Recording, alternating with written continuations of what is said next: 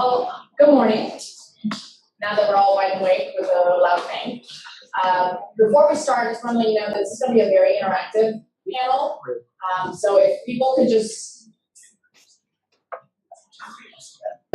oh yeah, we need 10 groups of people. So if you want to, Jeremy and Ryan, make friends. Exactly, make friends and get into groups of 10 and around people next to you. 3 to 4 people in a group. Okay, I have that. Okay, that group? Yes. Okay. What we're gonna do is a hypothetical. While they're still getting themselves going. It's gonna be a hypothetical that we're gonna go through, and deal with ethical situations that we've all been in.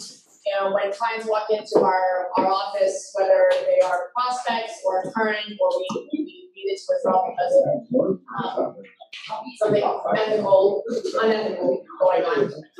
So I'm gonna read you the fact pattern, and then the first question we as a panel are gonna do, and then the remaining 10 will address to you guys. You talk amongst your group.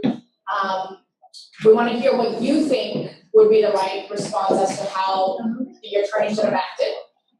And then we as panelists will tell you what we believe should be done in accordance with the law rules. All right. Okay. So Sam is a citizen of India. He is 33 years old. He is a college graduate with a bachelor's degree from the University of Delhi. He majored in economics. Sam's parents reside in India. His only sibling, Tom, resides in Southern California. His brother is an entrepreneur and owns several businesses in Southern California. Sam wishes to visit Tom in the US. He has never visited San Francisco, but hears it is a great place. He decides he will visit his brother Tom. The timing for the trip is just right. He has been recently divorced, and the divorce was messy. He needs some time to get away from India and clear his mind. Sam applies for a B2 visa at the US consulate in India. He tells the officer he is visiting his brother for several days. He is granted the visa. On June 1st, 2017, he enters the United States as a visitor, B2. After 3 weeks, or mid-late June, in the California sun and away from the stress of his divorce in India, Sam thinks it might be a good idea to permanently relocate and start a new life in the United States.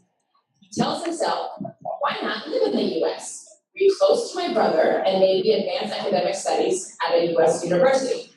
He calls several colleges and universities while he is in the United States to see if they can have a degree program that fits his newfound academic interests, physics.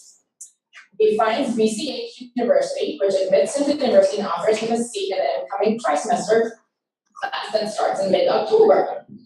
His brother tells him that something needs to be done about his visa because he cannot study full-time while on a B2 visa. On June 25th, 2017, he consults with a local attorney in San Francisco that dabbles in immigration law.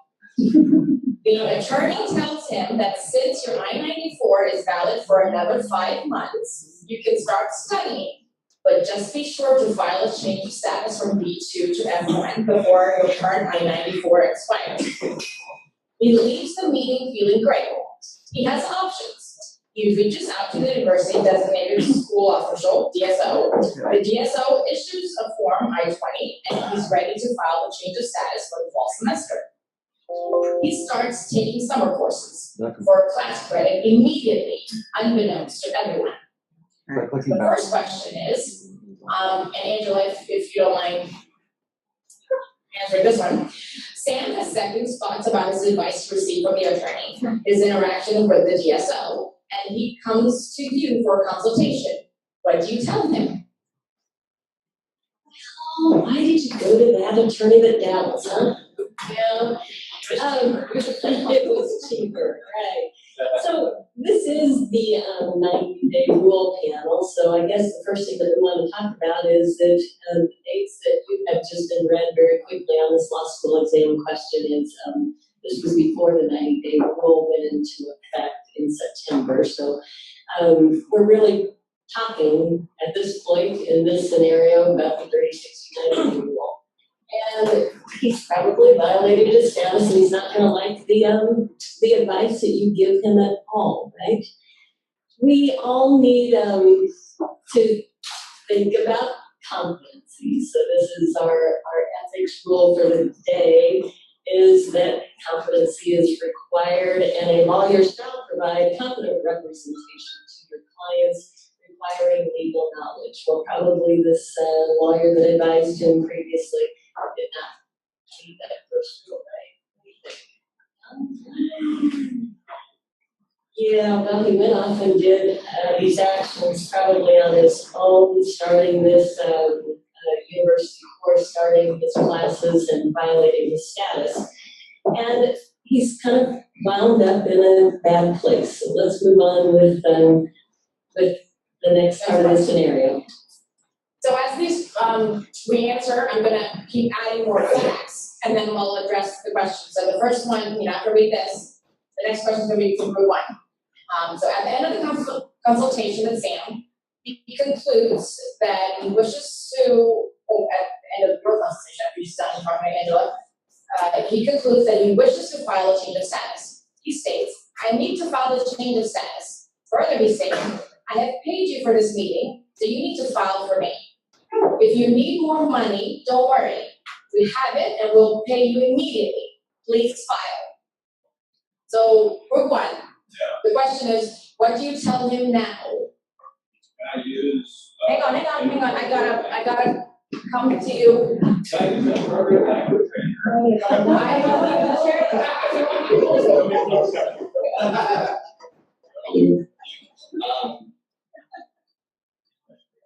What would we say now?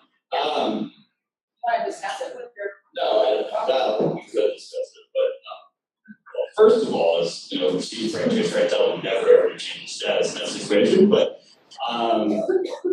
he's going to have collateral consequences. On dead, they ever want to visit the United States? I don't know. But anyway, so I think I would say, has he signed a retainer agreement? No, you just have the consultation. Okay, well, first of all, he's going to have to sign some type of retainer agreement, He's paid for your consultation. but it doesn't matter. No.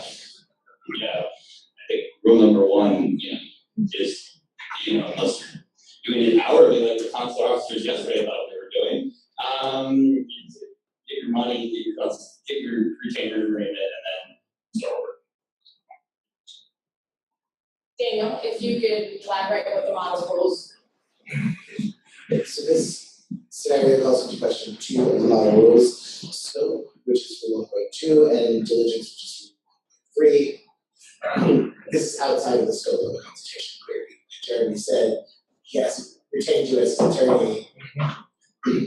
So just paying for a consultation is clearly not within the scope of you filing a change of status. And it goes to diligence as well, in the fact that you may have had a brief consultation, but there may be other facts that you need to find out. There may be other things that you need to do before you can file a change of status. So it would be inappropriate for you to do that without having him retain you as an attorney and being fully competent to file a change of status. Thank you.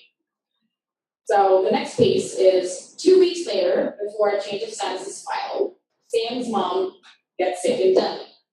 He has to go see her. He departs the US. He stays in Delhi for several months. Sam decides in Delhi to get his F1 visa at the US Embassy in New Delhi. He applies on October 10th, 2017. The question for group 2 is, before he applies, he calls you and asks, will I be all right? Do I have any risk? What? No risk. Oh, yeah. Which one's group 2? Make it Brian's group. Well,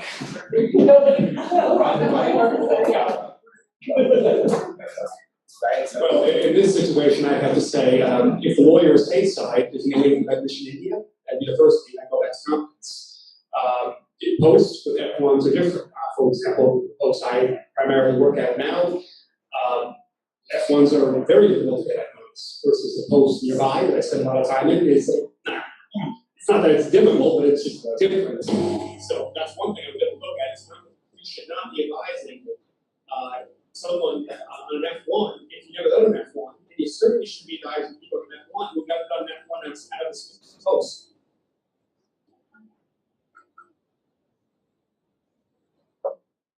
wanna elaborate? Okay. Like working? No, but you just do that. And the people at home At can. home we can't, that's why we need it, okay. Is it now working? Yeah. Okay. So, Ryan, thank you for your comments. I mean, one of the things that came to mind when I thought about this was, Sam indicated that he had studied during the summer and began taking classes before he was authorized to study in the United States. And I guess this begins to put in the 90-day rule, because now we're in October, drafting September 2017 for the enactment of the rule. And I think there could be some issues. A strict reading of this rule may suggest that he's going to have some issues, but I think the biggest issue at this point that he's going to face before the votes is that he studied without authorization in the United States. He was on a B2. He decided to take courses during that summer for credit, and that's really a violation of his status as a B2 visitor in the United States. Any other comments on that question?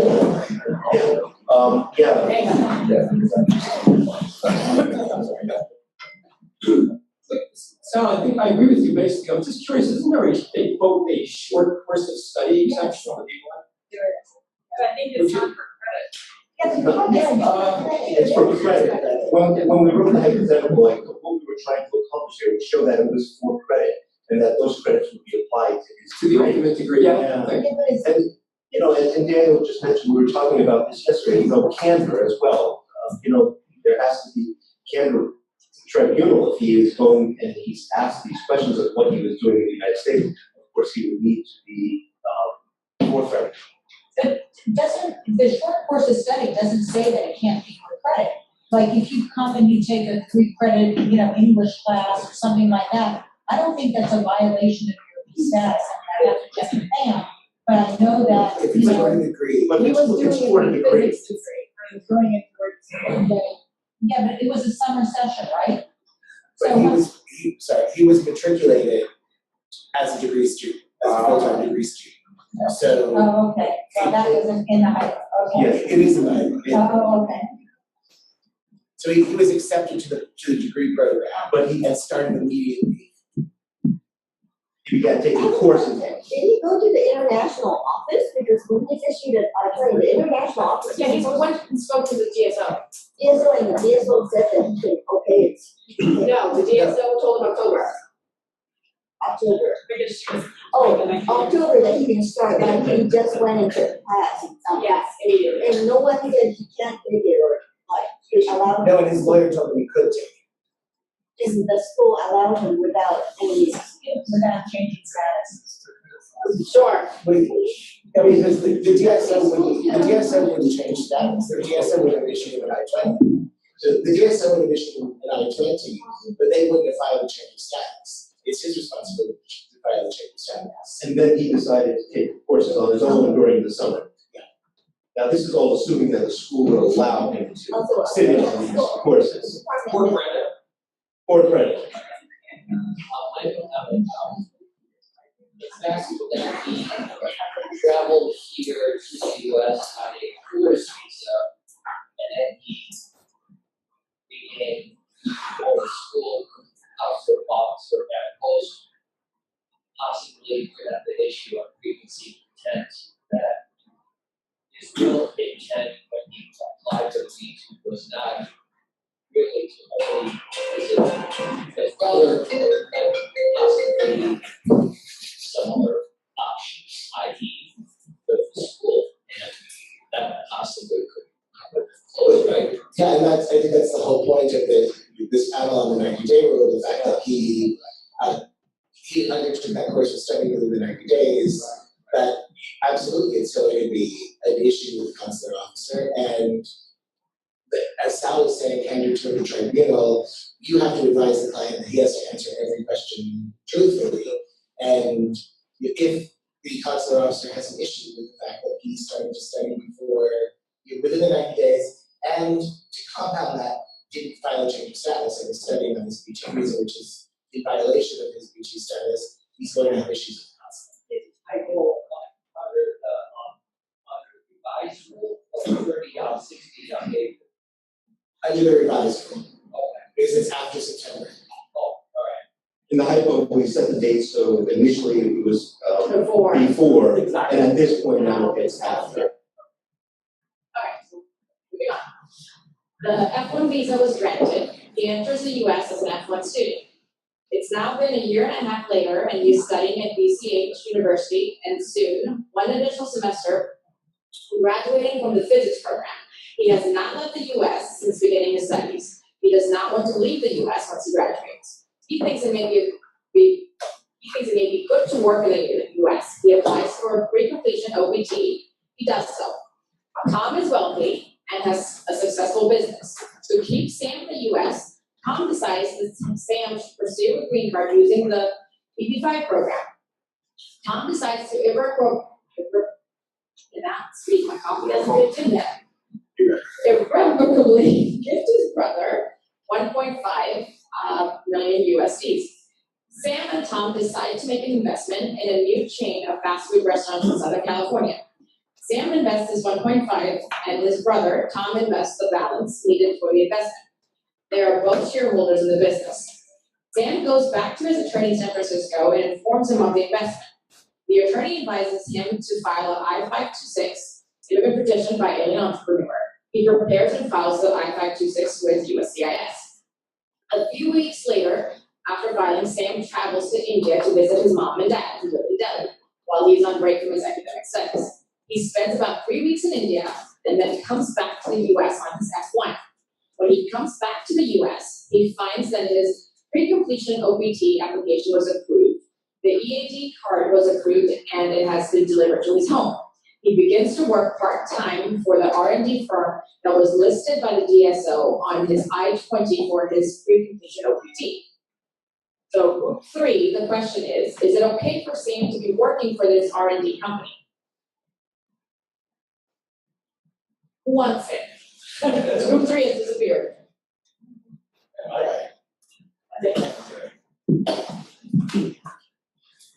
Yeah, I don't think it's a problem. The only possible issue is if you're saying, well, he came in on an F1, with the 526 pending, and therefore somehow there's an immigrant detention.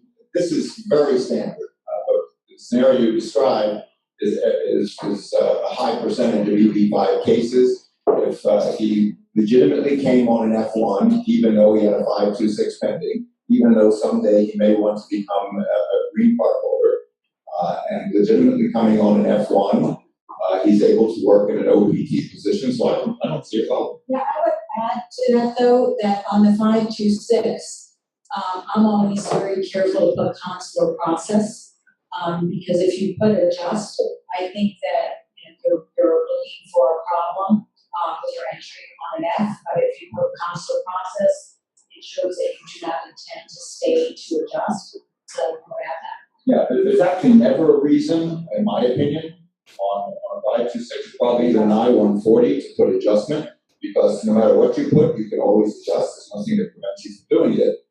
But if you put that you're going to apply at the consulate, it's consistent with, if we're going to, Tam and I are going to talk a little bit about E2s, 526 is pending, but it's perfectly consistent with something like an E2. Or with making an F1 entry, the fact that you said that you're going to consular process your 526. Thank you. So you're both in agreement that it's okay to work for the R&D.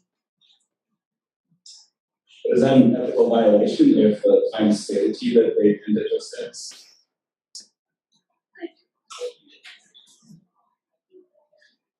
I believe what I would tell the client is that you shouldn't have an intention right now. No one has an idea if or when you're going to be able to adjust status. If you're from China, you may be applying for adjustment of status in 15 years. And none of us has a crystal ball that goes out that far. So it's certainly an ethical violation if we have a discussion and say, here's your plan, you're definitely going to adjust status, but you're going to tell people that you're not, then you have a clear ethical violation. But simply the fact that someday down the road, you may decide to adjust status, and neither of us knows that that's going to happen, I don't see it.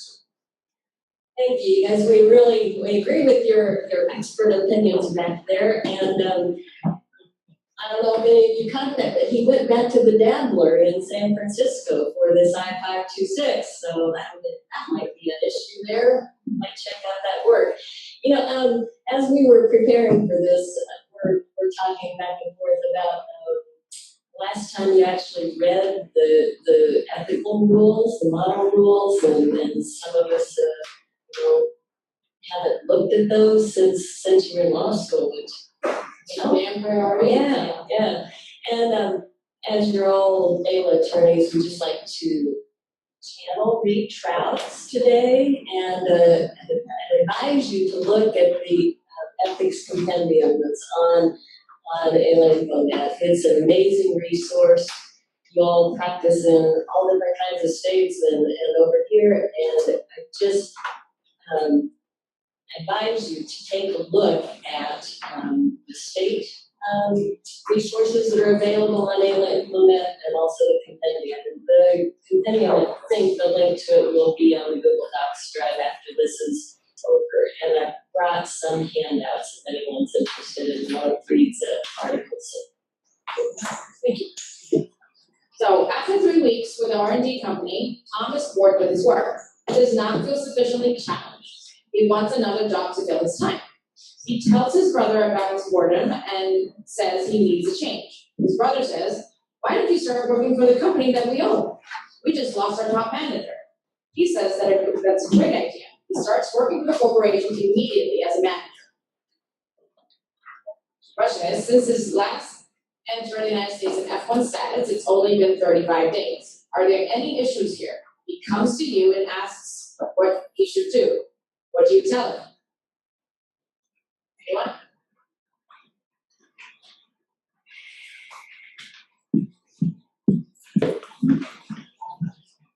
Well, stop working at that job because it's not a physics job and it's not the job on his I-20.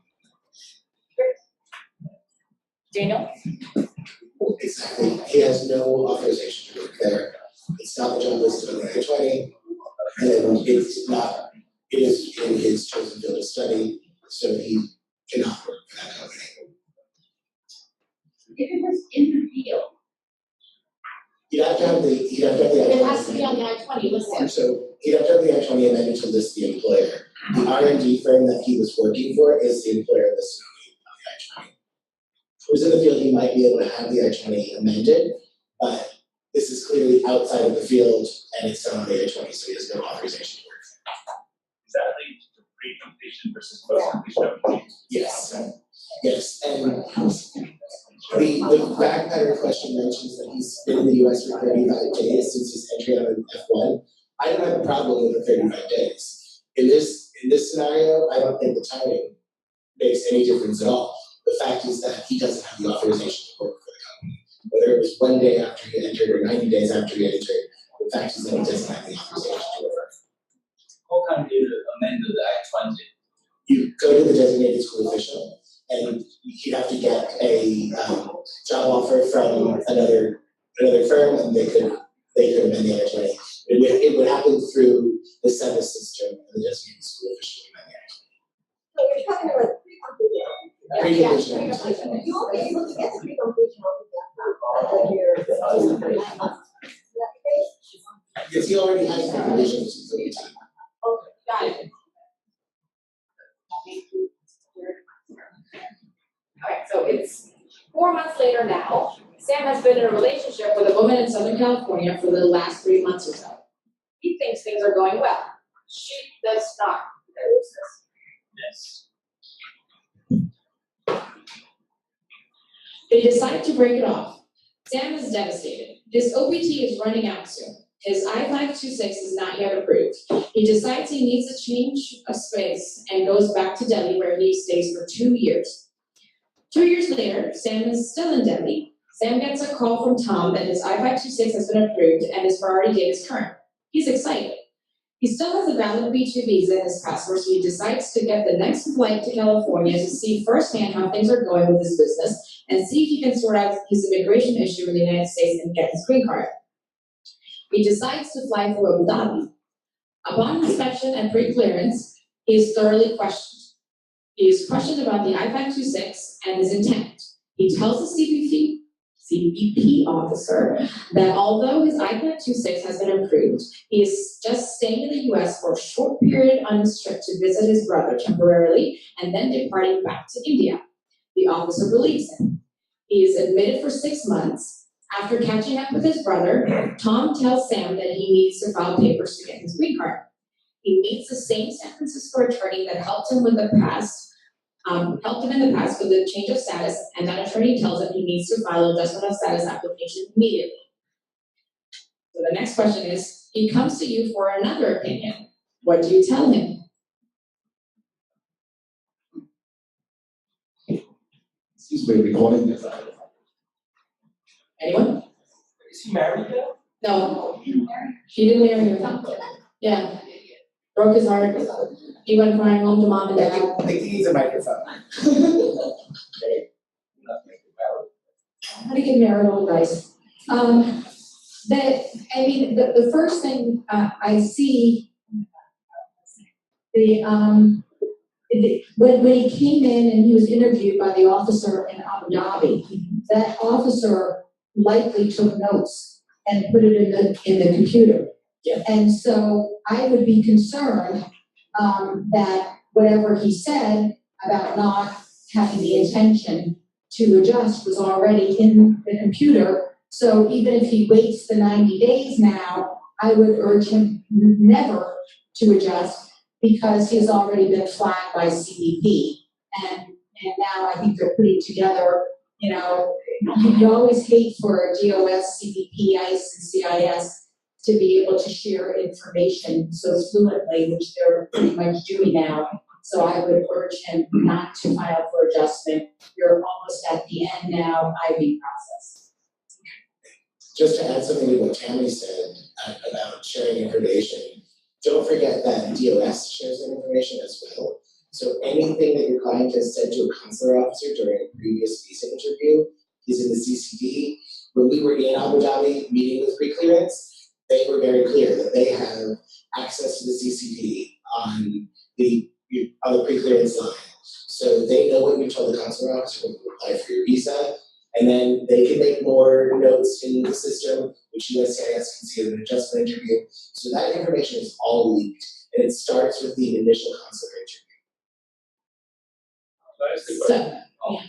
Yeah, I mean, I've seen sworn statements made from CBP, and that's why I've seen, statements to CBP come back to haunt people, but I haven't personally seen notes taken by CBP.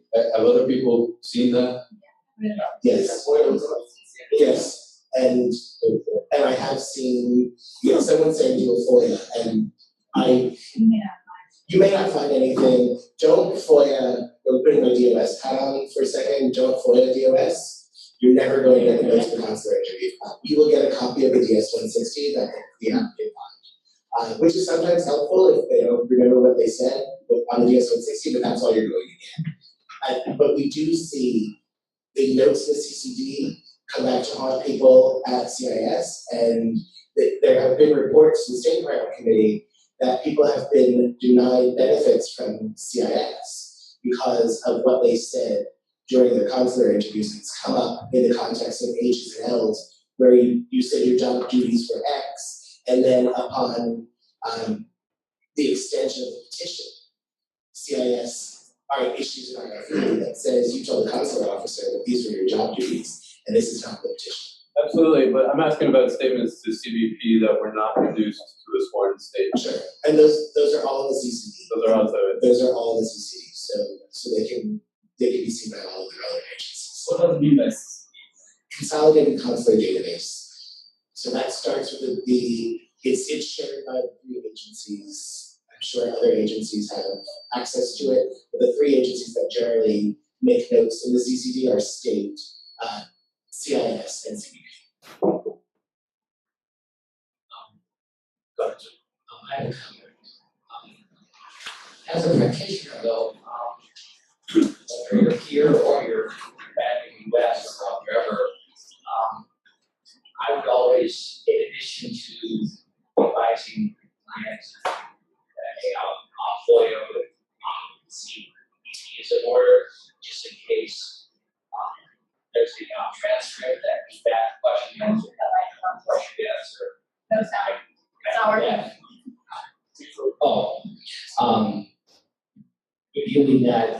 question and answer is extremely helpful. And after that, if you know that certain representations were given as an attorney, you should decline because it's fraud, and you don't want to perpetrate a fraud on a fair group, if that makes sense. That does make sense. And one of the comments I wanted to make and kind of bring this back to the ethics, this typo suggested that the attorney that's dabbling advised Sam to immediately file an adjustment.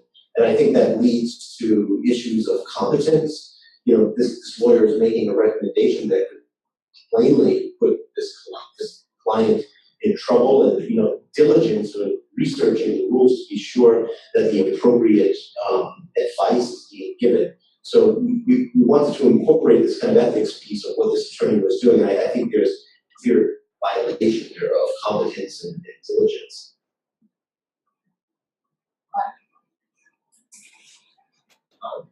Is there a certain period of time where there's some sort of safe harbor? You mentioned in your fact pattern 180 days. I understand within 60 to 90 days,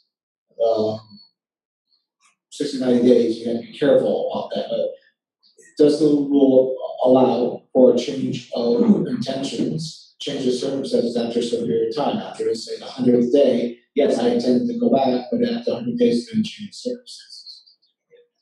So it's not 180 days, it's 90 days, and so the safe harbor, sort of unwritten safe harbor provision that you're talking about is what used to be the case. But after September, with the revised rule, it is any change of status within 90 days is going to be a red flag. And I say red flag because we heard yesterday from consular officers that they only really look to see whether or not you've done something you absolutely shouldn't have done, and it's not necessarily an issue for them. They are only applying it in certain cases and where there's an issue of security, and it's generally just not being applied across the board. That might be the case, and we talked about this in our discussion yesterday. That might be the case for one consular officer from Manila who doesn't apply it that way. But we have to advise our clients based on the rules and based on the way they are written, not based on the anecdotal evidence that we hear that a consular officer in Manila told us they don't really apply it that way. And getting back to the ethics and the practice, if you advise a client, file a change of status immediately, or you wait 30 days and file a change of status because I know that after 30 days it's probably going to be okay. The rule says 90 days, and if you get challenged on that, and they say, my lawyer told me it was okay, I waited 60 days, there was some grace period that my lawyer talked about, and he told me that consular officers don't really apply this, good luck with your malpractice claim. The rule is, the rule is written clearly, and I would hate to have my defense be a consular officer from Hong Kong told us that they don't really apply it that way, because I don't think that that's very standard in malpractice. But after the 100th day, 100 days has passed, the 20 days have passed, they want to do a change of status, and something has changed, then that's safe harbor. And that's something we're going to discuss, and it's actually getting onto Angela's next question.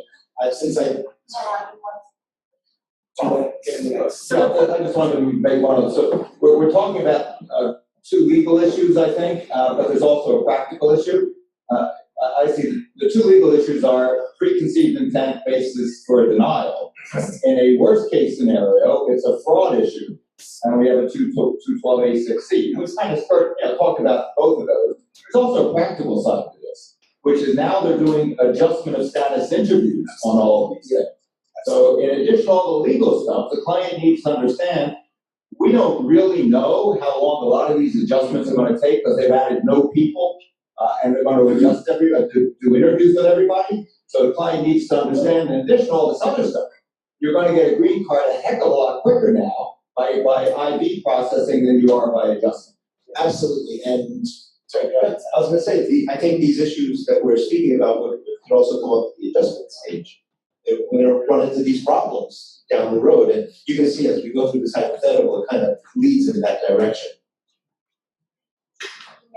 Oh, so, as AILA attorneys, so, and this might be the next question on your pick list to stop me, but you know, there's a lawyer across town we know is not competent. Sometimes people will come into me for a second consultation. Sometimes I ask them who their lawyer is. Okay, are they an AILA member? That's sort of like my basic question. I try my very best to never second guess another attorney. I don't think it's helpful for anyone. But in this scenario, if the client is really pushing you to help with the adjustment because this other lawyer, would you ever pick up the phone and try to call that attorney? I'm just curious. I've never done that, but I'm just thinking like we're especially as seasoned practitioners, are we committed to try and help raise the bar?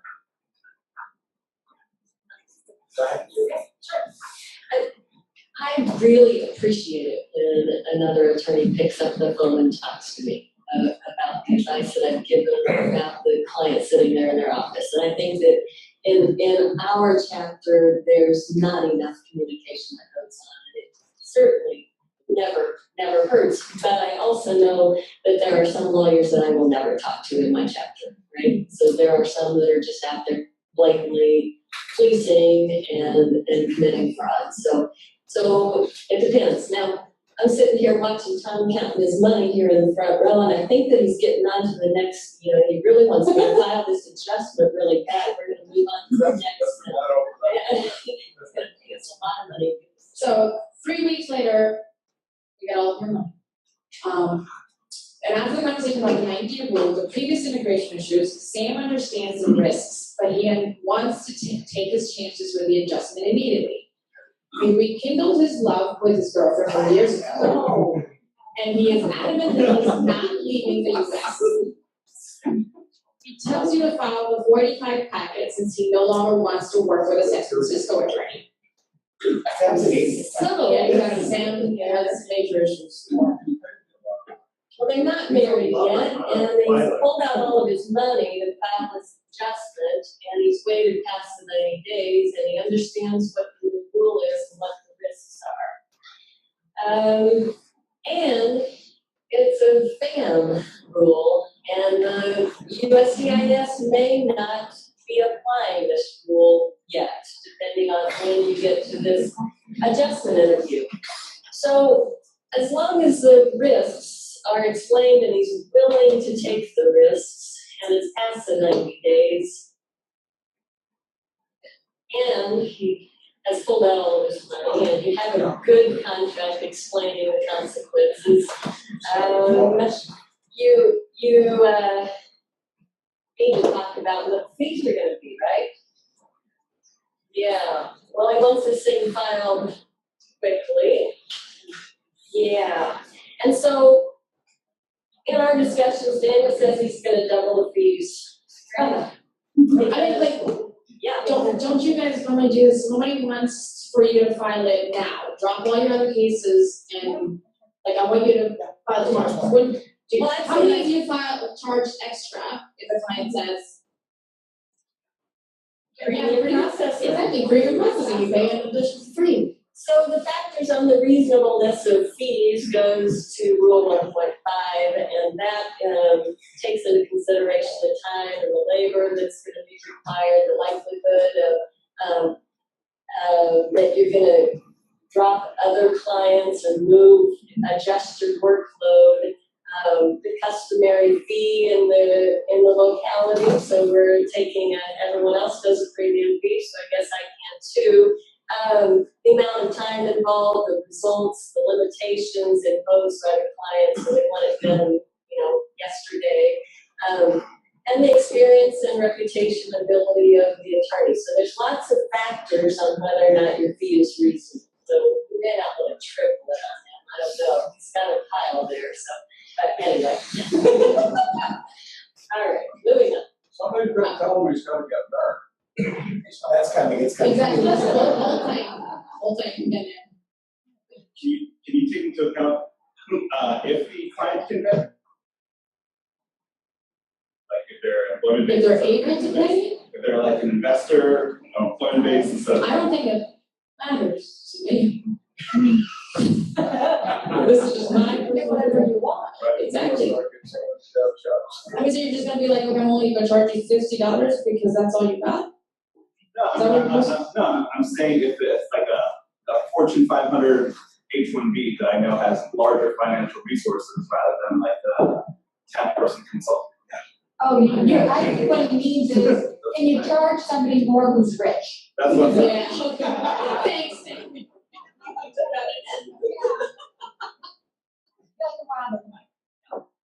I don't think we could do that. So, no, I don't think you can do that. And Rule 1.5, talking about collection of fees, says Well, a fee that. why not? If you can charge somebody poor less, why can't you charge somebody rich more? Because the fees have to be reasonable to the work that you're doing.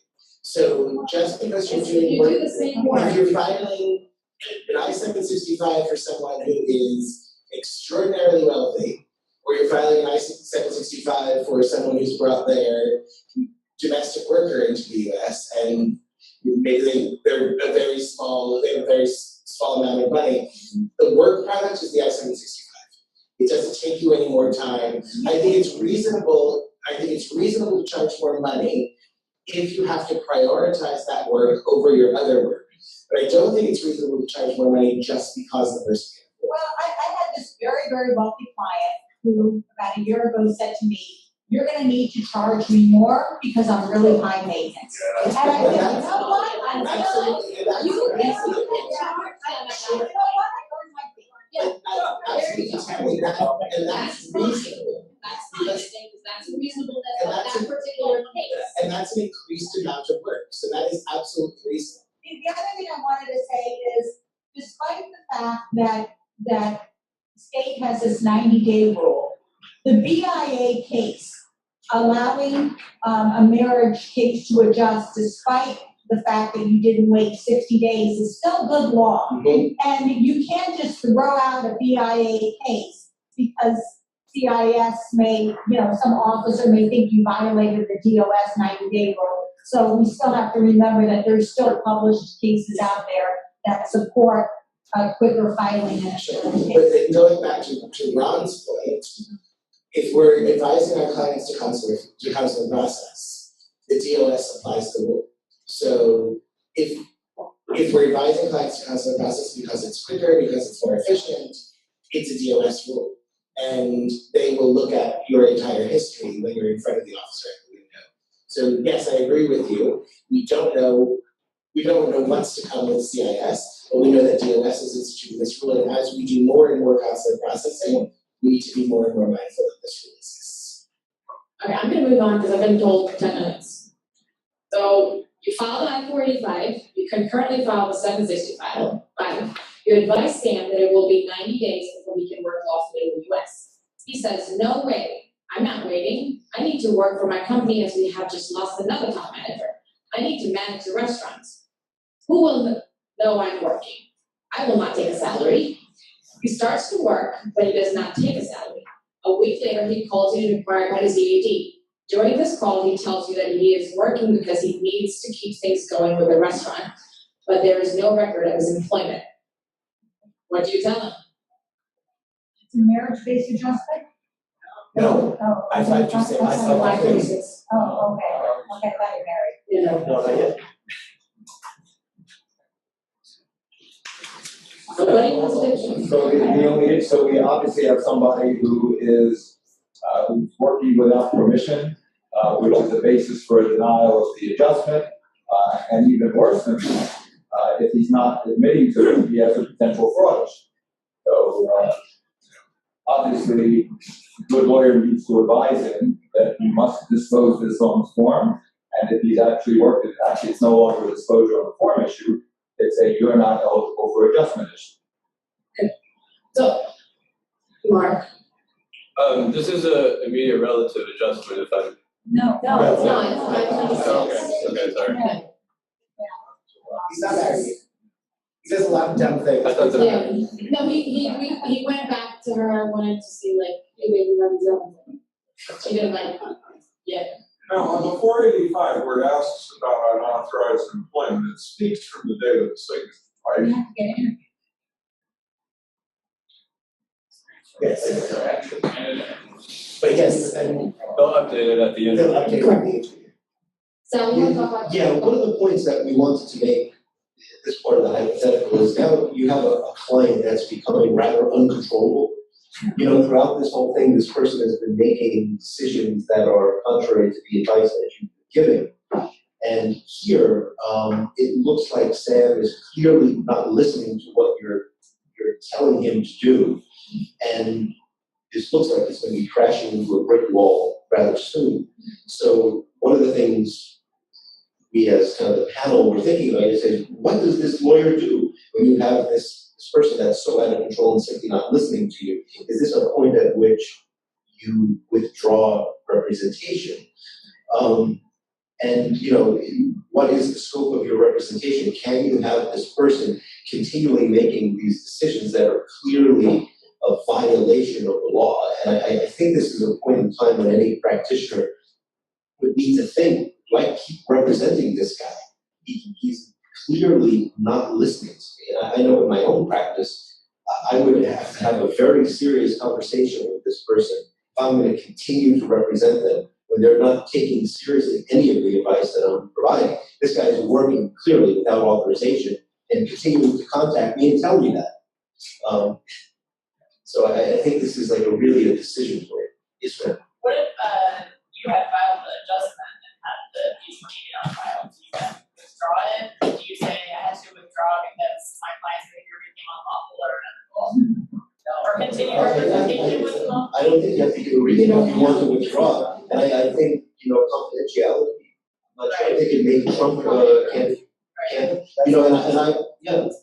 Okay, we're getting jumping. So a few weeks later, his EAD card arrives. He continues to work for his company. Finally, the date of the adjustment of status interview is upon Sam. He has decided to hire the dabbling attorney from San Francisco to attend the adjustment interview. He prepares him for the interview. He asks you what he should do, what he should tell the immigration officer about the work he has done in the US. You tell him that he should be honest and disclose that which he has asked by the adjudicator. You remind him about the 90-day rule, the past issues, and how these issues might impact him. At the adjustment interview, all is going well. Seems like they're almost done. The officer gets to the point at which past employment is discussed. The officer asks some pointed questions about Sam's work.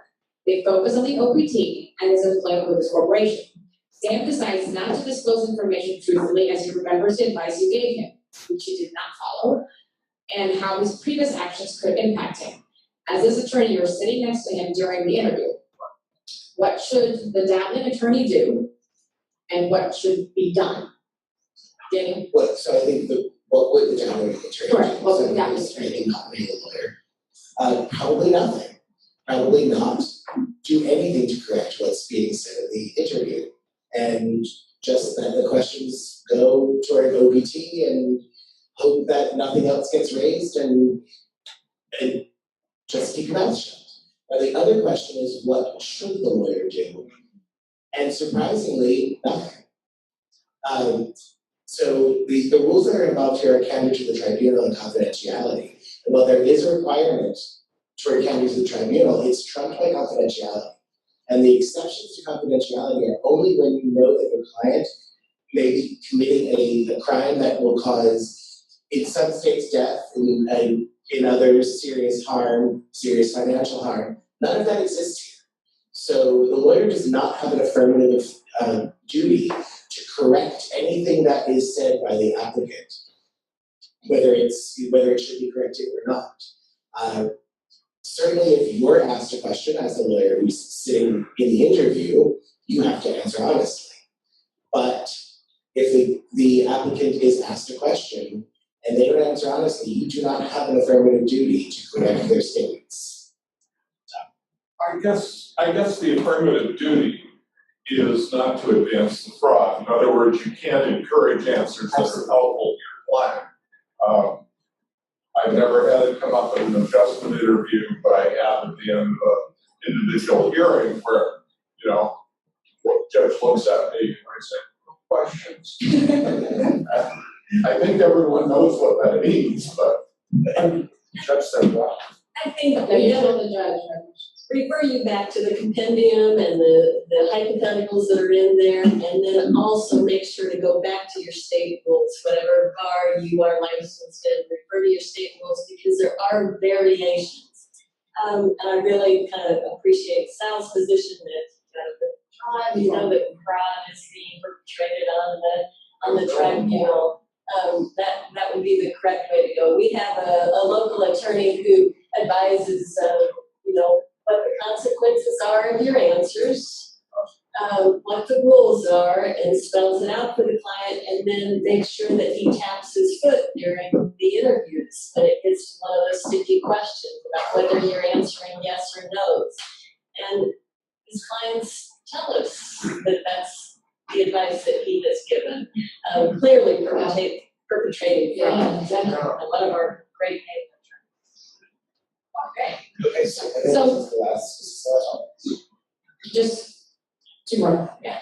Sam's adjustment for status is denied. He promptly blames the lawyer. He wants to know his options. What do you tell him? Angela? Let's see, where are we going? Sorry, I think we skipped a little bit. Did he get married yet? No. Well, that's why I think you probably want to tell him like, hey, you wanna get married now? Are you in love again? Well, I think that's where we're going with this, is that marriage is back on the table. So at this point where his adjustment of status is denied, if he is married, he really got to consider whether or not any of this is fixable. Right? Is he eligible if he is married a U.S. citizen? Is he eligible for a waiver for fraud? I think that's the direction that we're going. No, that's fine. So now Sam is back in India. He's now trying to counsel process his approved 526. He This called. guy really won't give up. Yeah, I know, it just keeps going. He's like, I don't want to marry this woman, or either she's dumping him all the time. He calls you and asks you what he can expect based on what has happened historically. You know? He's gonna get denied. His adjustment was denied because of fraud. So he's got 212A6C. His entire immigration history is a mess, and I don't think there's any consular officer who's going to approve the consular application without a waiver. And unfortunately, there is no waiver.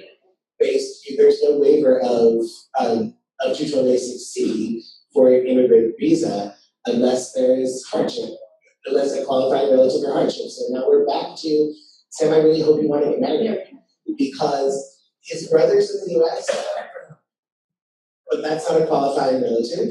The only thing he can do is get married. He's never going to get the immigrant visa application approved for the I-526. So his option is, I hope that girl in Southern California wants to marry you.